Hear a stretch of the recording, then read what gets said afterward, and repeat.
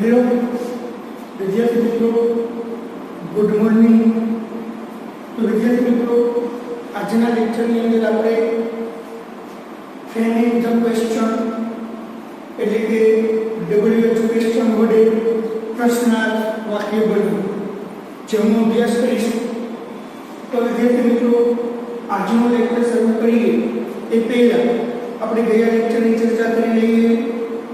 તો આપણે ગયા લેક્ચરની અંદર રિસ્પોન્ડ ધ ફંક્શન વિશે અભ્યાસ કર્યો। એમની આગળ આપણે આઈડેન્ટિફાઈ ધ ફંક્શન પૂર્ણ કર્યું।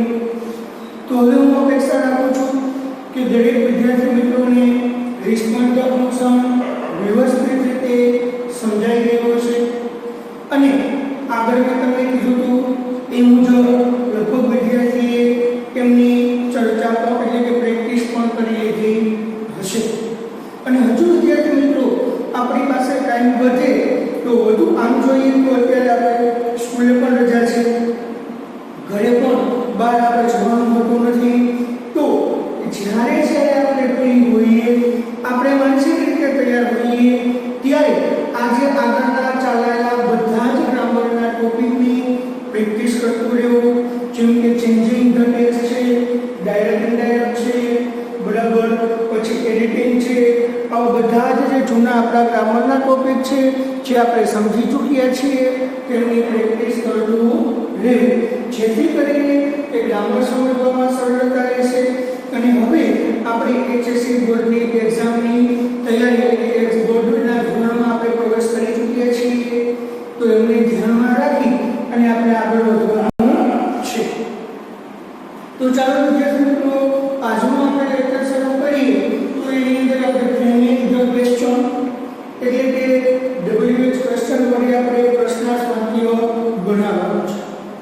તો હવે આપણે આ WH ક્વેશ્ચન વિશે તો આપણે જાણીએ છીએ, કારણ કે આપણે 7મા 8મા ધોરણથી આ WH ક્વેશ્ચન વિશે શીખતા આવીએ છીએ અને વાક્યો બનાવતા આવીએ છીએ।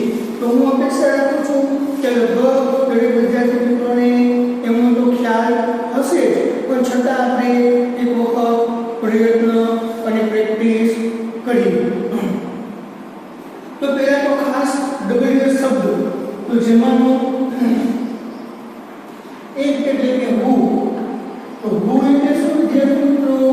હુ એટલે કોણ? હુ એટલે કોણ?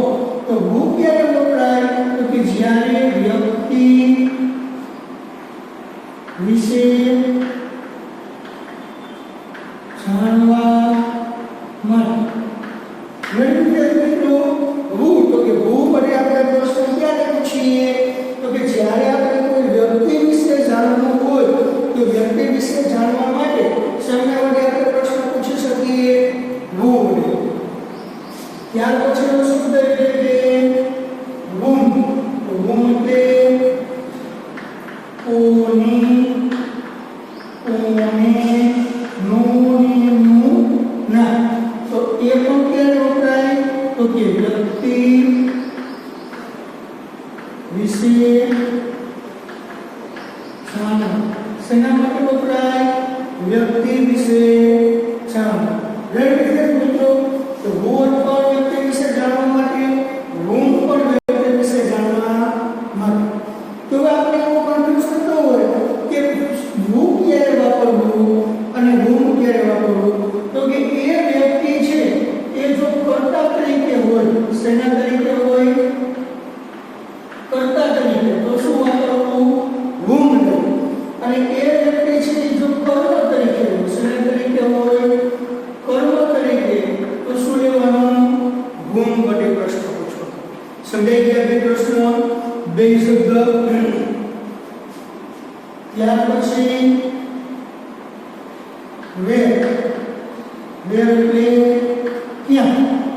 where એટલે ક્યાં? તો સ્થળ વિશે જાણવું। where શેના માટે વપરાય વિદ્યાર્થી મિત્રો? કે જ્યારે આપણે કોઈ સ્થળ વિશે જાણવું હોય, સ્થળ વિશે જવાબમાં આવતું હોય, બરાબર, એવો પ્રશ્ન પૂછવો હોય તો આપણે શેનાથી પૂછી શકીએ? where। એટલે કે જ્યારે આપણે શું કરવાનું હોય છે, અંડરલાઈન કરેલો શબ્દ નીકળી જાય એ રીતે પ્રશ્નાર્થ વાક્ય બનાવવાનું હોય છે. એટલે કે જો સ્થળના નામની નીચે અંડરલાઈન કરેલી હોય તો એનો અર્થ એવો કે આપણે સ્થળ કાઢવાનું છે, તો સ્થળ કાઢવાનું છે તો એના માટે પ્રશ્ન પૂછવો હોય તો શેનાથી પૂછી શકાય? વેર. ત્યાર પછી વેન એટલે ક્યારે, તો એ શેના માટે વપરાય? સમય વિશે જાણવા. પ્રબળ વિદ્યાર્થી મિત્રો, વેન એટલે ક્યારે, તો કે જ્યારે આપણે કોઈ સમય વિશે પ્રશ્ન પૂછવાનો હોય, સમય વિશે જાણવાનું હોય તો આપણે શેનાથી પૂછી શકીએ? વેન વડે પ્રશ્ન પૂછી શકીએ. ત્યાર પછી which એટલે ક્યુ અથવા કઈ, તો પસંદગી દર્શાવો. which શેના માટે વપરાય છે વિદ્યાર્થી મિત્રો? પસંદગી દર્શાવો, કે આપેલી કોઈ વસ્તુઓ છે એ વસ્તુઓમાંથી કઈ વસ્તુ કે કઈ વ્યક્તિ એવું આપણે જાણવાનું હોય તો એવું જાણવા માટે આપણે શેનાથી પ્રશ્ન પૂછી શકીએ? which વડે પ્રશ્ન પૂછી શકીએ. ત્યાર પછી whose એટલે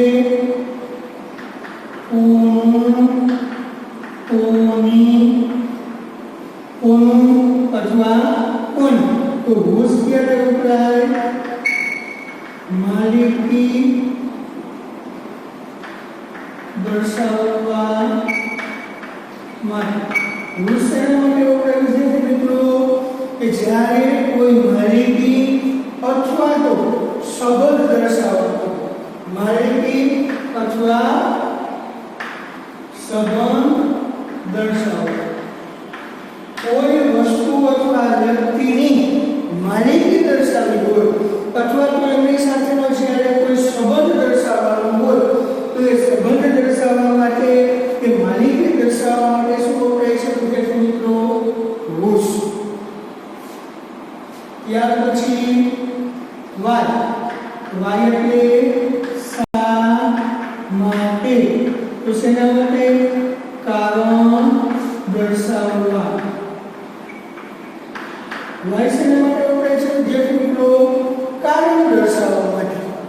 why એટલે શા માટે, કે જ્યારે કોઈ ક્રિયા બની છે, ઘટના બની છે, તો એ ક્રિયા અથવા ઘટના બનવાનું રીઝન, કારણ શું છે એવું આપણે જ્યારે જાણવું હોય, એવો જ્યારે આપણે પ્રશ્ન પૂછવો હોય તો આપણે શેના વડે પ્રશ્ન પૂછી શકીશું?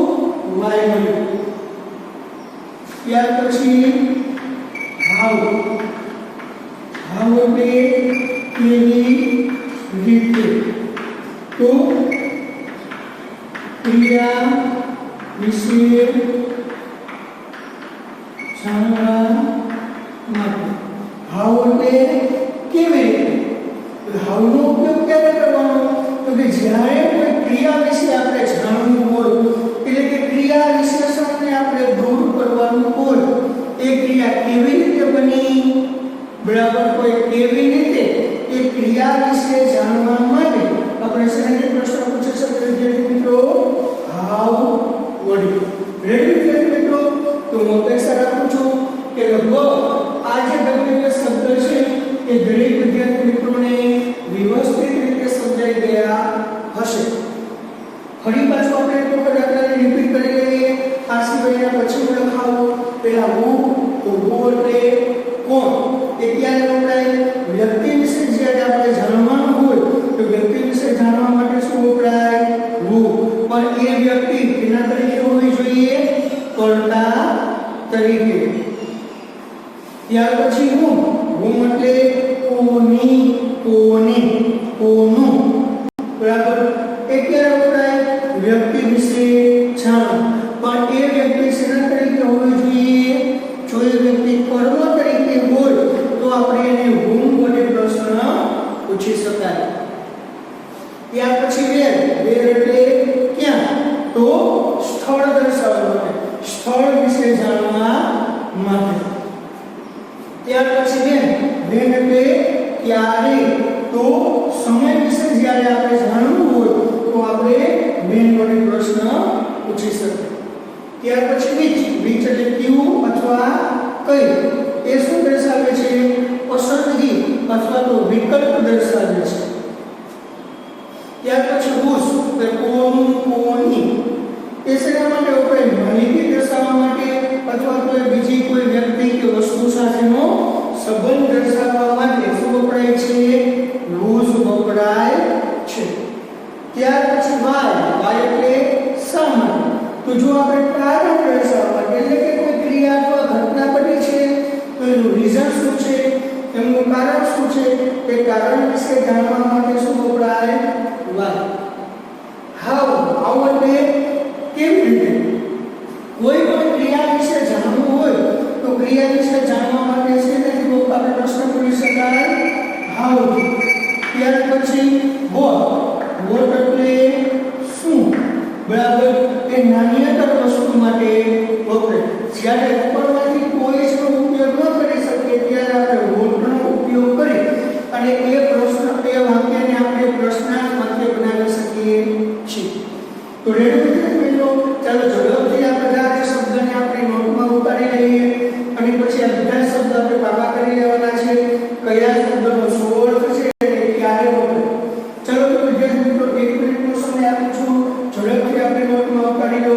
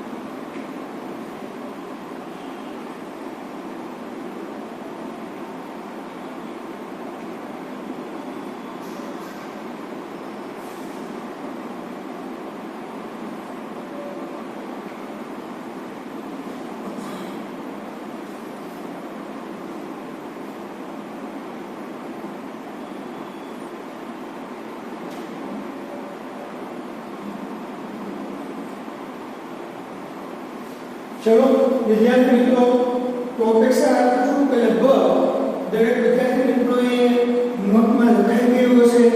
કદાચ બાકી હોય તો ઝડપથી સ્ક્રીનશોટ પાડી લેશે. ચલો વિદ્યાર્થી મિત્રો, સ્ક્રીનશોટ પાડી લો.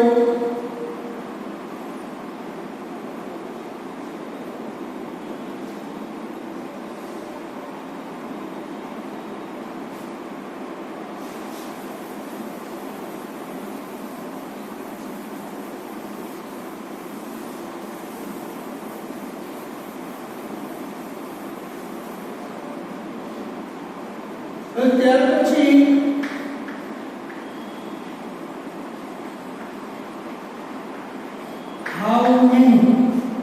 how many એટલે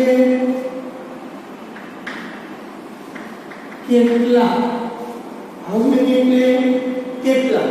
એ ક્યારે વપરાય, ગણી શકાય તેવા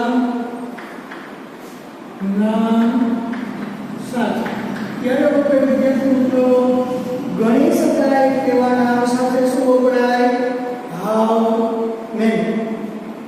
હવે જ્યારે આપણે કંઈ નામ આપેલા છે તો એમાંથી જો ગણી શકાય એવા નામ હોય એમની નીચે અંડરલાઈન કરેલી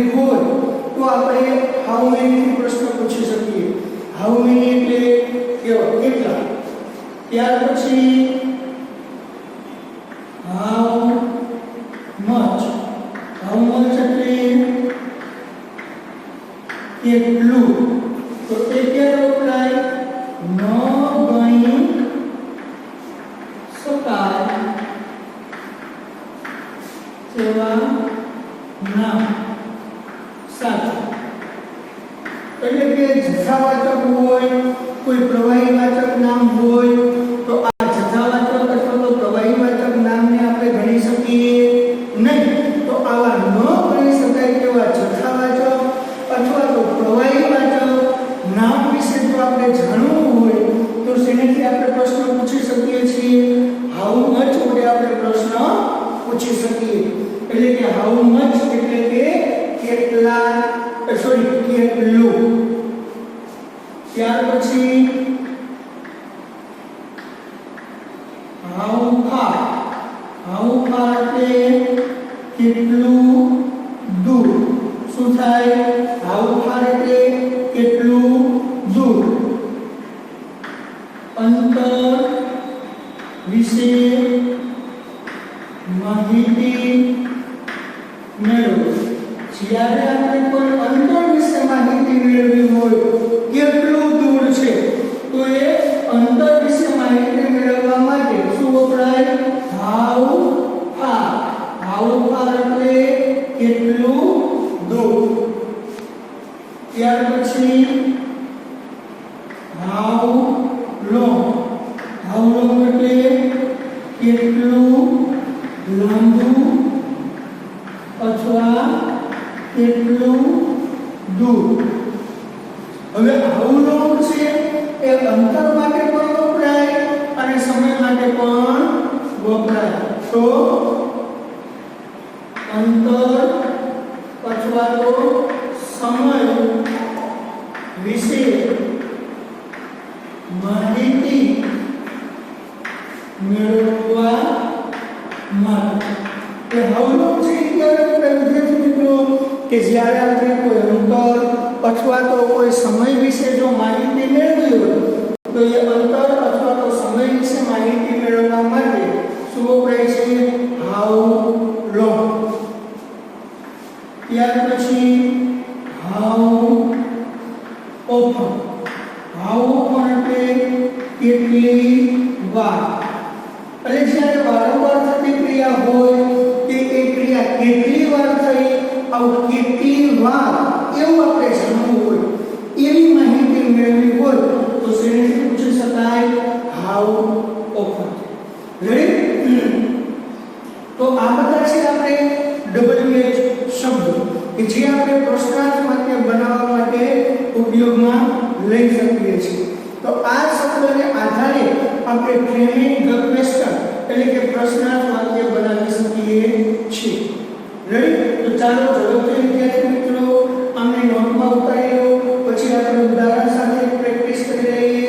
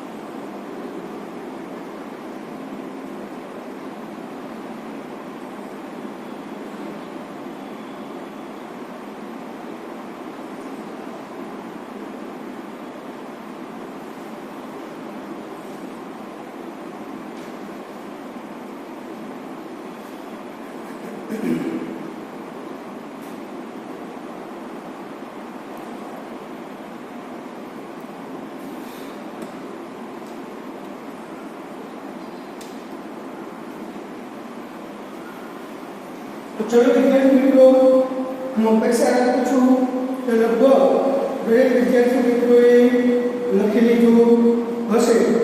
તો આપણે વિદ્યાર્થી મિત્રો એક્ઝામની અંદર તો વિકલ્પ પૂછાય છે, પણ અત્યારે આપણે સેન્ટેન્સને ફ્રેમ ધ ક્વેશ્ચન એટલે પ્રશ્નાર્થ વાક્ય બદલાવવામાં પ્રેક્ટિસ કરીએ, કારણ કે જેથી કરી આપણને કાળ મુજબ યોગ્ય ટૂંકીના રૂપ મૂકવાનો ખ્યાલ આવે, કાળનો પણ ખ્યાલ આવે, પછી આપણે એ વિકલ્પની પ્રેક્ટિસ કરીશું। તો ટૂંકમાં કહેવાનું વિદ્યાર્થી મિત્રો કે અત્યારે સેન્ટેન્સ બનાવતા શીખીએ। સેન્ટેન્સ બનાવવાથી આપણને કેવી રીતે કાળનો ઉપયોગ કરવો જેમાં આપણે પૂર્ણ ખ્યાલ આવે। દાખલા તરીકે પહેલું વાક્ય છે ડોક્ટર ખાન હેડ ગોલ્ડન ટચ।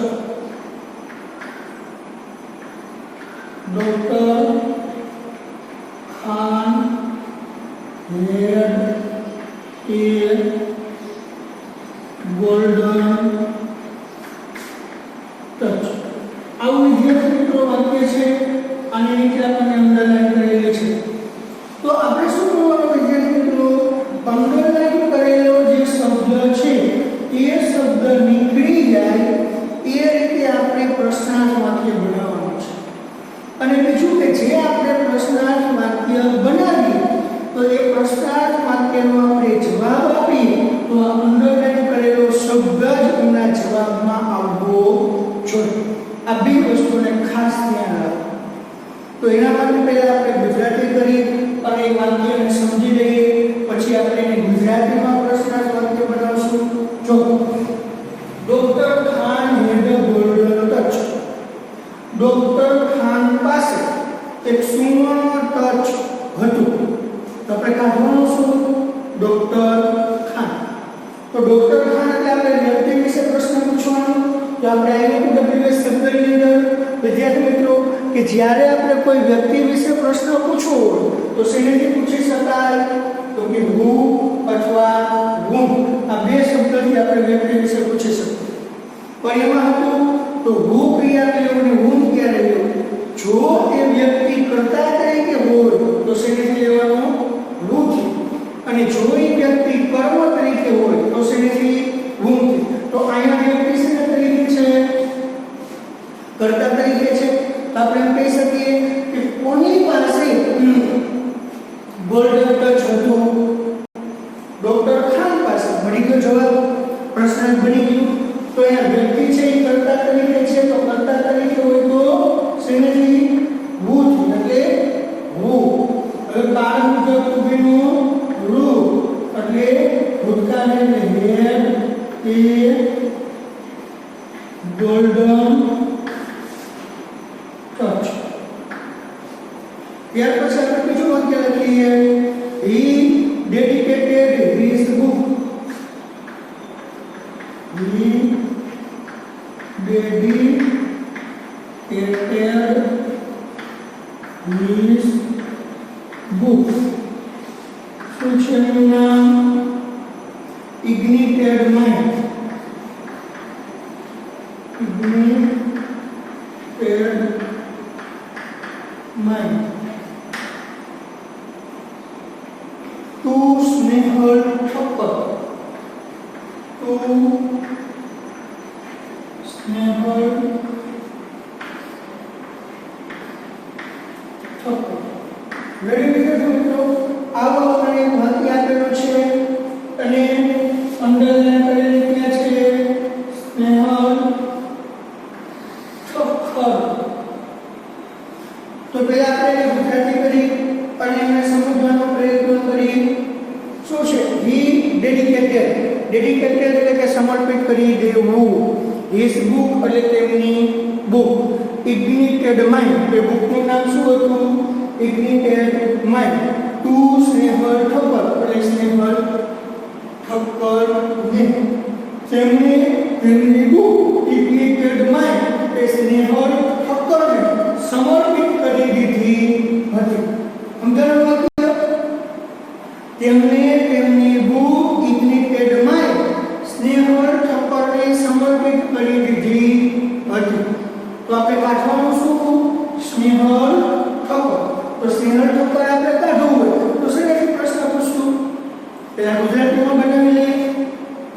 એમણે તેમની બુક ઇગ્નિટેડ માઇન્ડ કે કોને સમર્પિત કરી દીધી હતી? સમજાયું કેવાનો અર્થ? તેમણે તેમની બુક ઇગ્નિટેડ માઇન્ડ કોને સમર્પિત કરી દીધી હતી? તો જવાબમાં શું મળશે? સ્નેહલ ઠક્કર. કોને કોને ને હું. બીજી વસ્તુ કે આપણે વ્યક્તિ આપ્યો જવાબમાં, વ્યક્તિ વિશે જાણવા માટે પ્રશ્ન પૂછવાનો છે. તો જુઓ, વ્યક્તિ વિશે પ્રશ્ન પૂછવા માટે શેનાથી આપણે પૂછી શકીએ? તો કે આપણે બે વસ્તુ છે, એક તો કે હુ અને બીજું હું. તો હુ ક્યારે આવે? જો કર્તા તરીકે વ્યક્તિ હોય તો, અને હું ક્યારે આવે? કર્મ તરીકે હોય તો. આયા સ્નેહલ ઠક્કર કાર્યનું છે અને ઠક્કર શેના તરીકે છે? કર્મ તરીકે. તો કર્મ તરીકે છે એટલે હું.